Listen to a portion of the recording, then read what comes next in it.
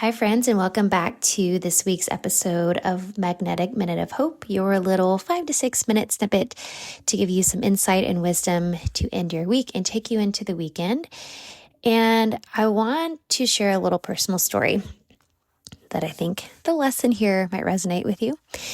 I had a quiet but powerful moment this past week where I was on our annual family vacation to the coast, to the beach, and something that surprised me and brought forward this deep piece of healing around shame. And I wanted to share that with you because I know so many of us carry this kind of shame silently and a lot of times very unconsciously.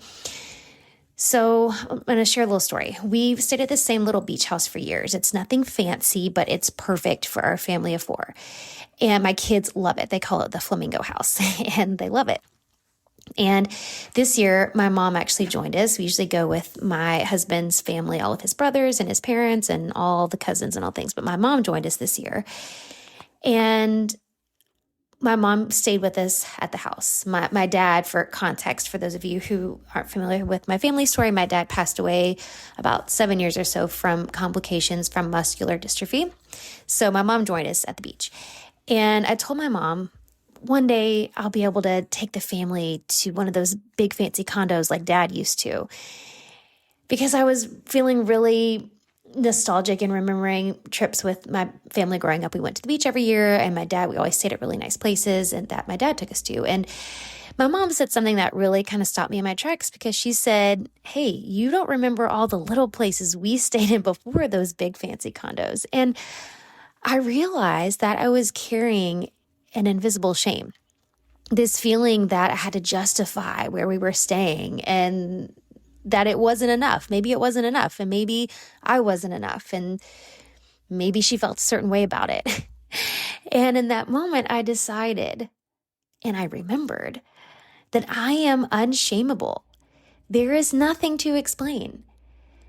This house is perfect. This season is perfect. All of this is perfect, and it's mine, and that's enough. Everything where I am right now, that is enough. And so many of us as women carry shame around with what we have, where we are, what we don't have yet, who we're not yet. So we perform and we overexplain and we try to prove, and we do all of that to try to cover up a story that we're somehow behind or not measuring up or not enough. And I want to bring this out. I want to speak to this because shame says this version of me isn't enough. But healing says this version of me is perfect and this version of me is sacred. And that's the lesson I want to bring to you this week. And what I want to call out for you, some questions to contemplate for the weekend for you. Where are you over-explaining your life right now? Or over-explaining where you are or what you're doing or whatever?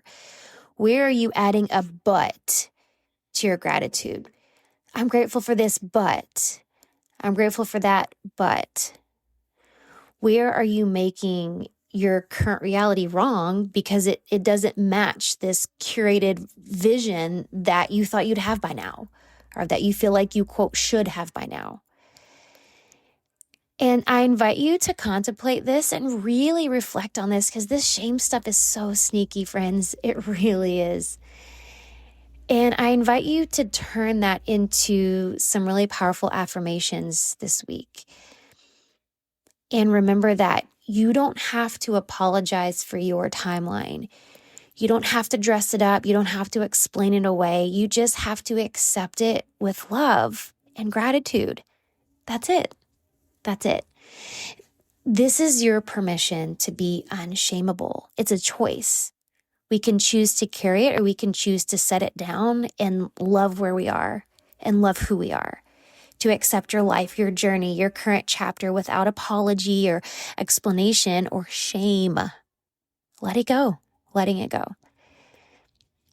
So I invite you to ask yourself today, where have I attached shame to something that simply deserves love and gratitude? And what shifts when I decide that I'm unshameable? It's a big one, y'all. I'd love to hear what comes up for you in this because I know it's a big one for so many of us. So shoot me an email or a message on Instagram and let me know what comes up for you. And I'll see y'all next time.